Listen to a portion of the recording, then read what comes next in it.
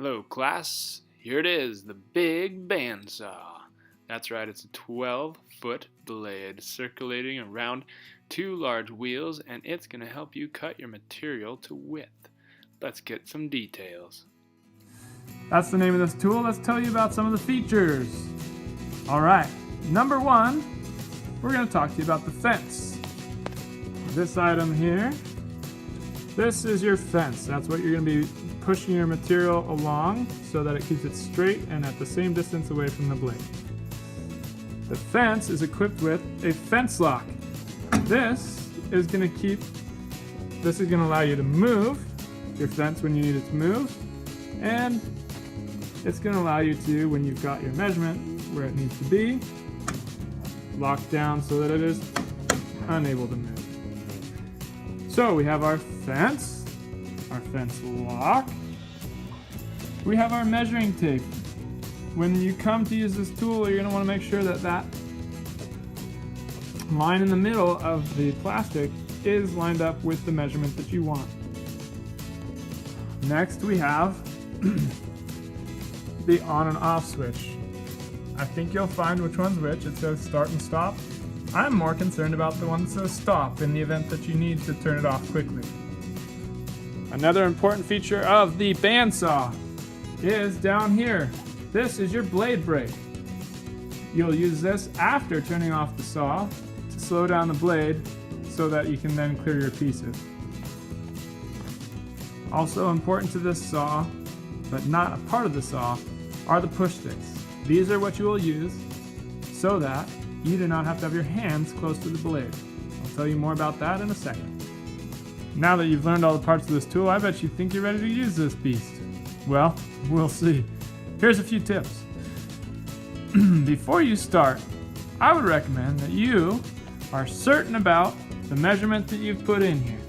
So once you know that you've got that measurement set, be sure that you've also locked the fence lock here. Next, you're going to want to make sure that whatever it is you're cutting has at least one straight edge. So if your piece looks like that, and the other edge isn't straight either, you're going to want to start by cutting a straight edge on your fez tool. You can check to see if it's a straight edge by putting your edge that you think is straight against this fence and see if there are any gaps.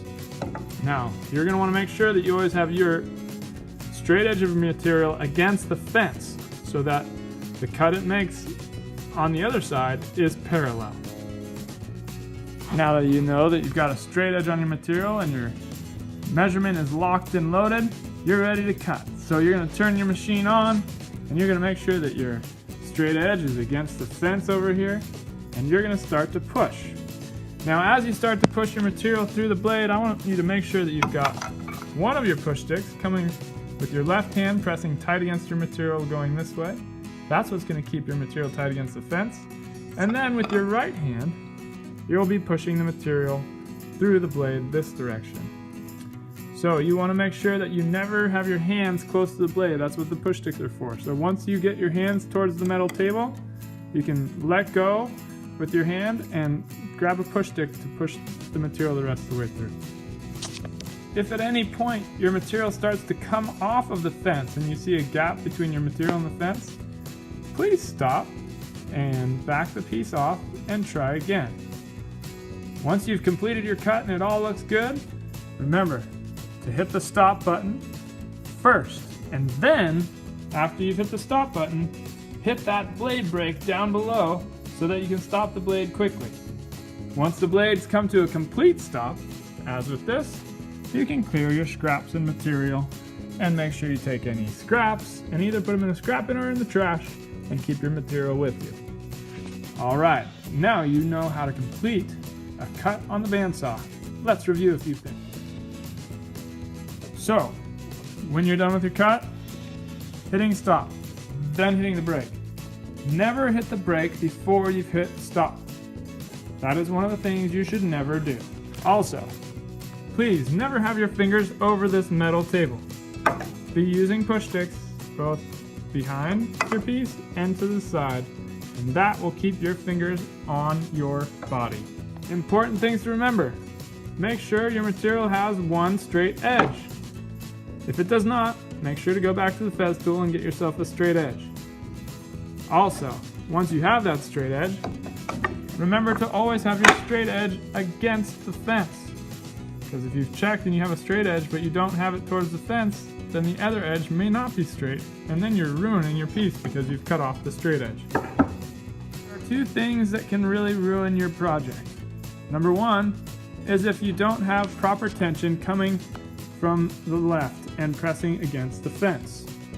So you want to have those push sticks pushing that direction so that your material doesn't come off the fence. If it comes off the fence, that means part of your board will be wider than the other part.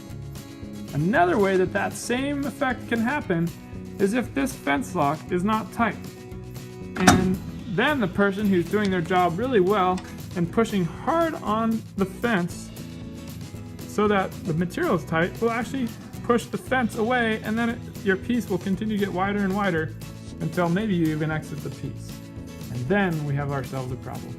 So make sure your fence is locked and that you always have correct tension against the fence so that you don't have a gap, creating a less than parallel piece.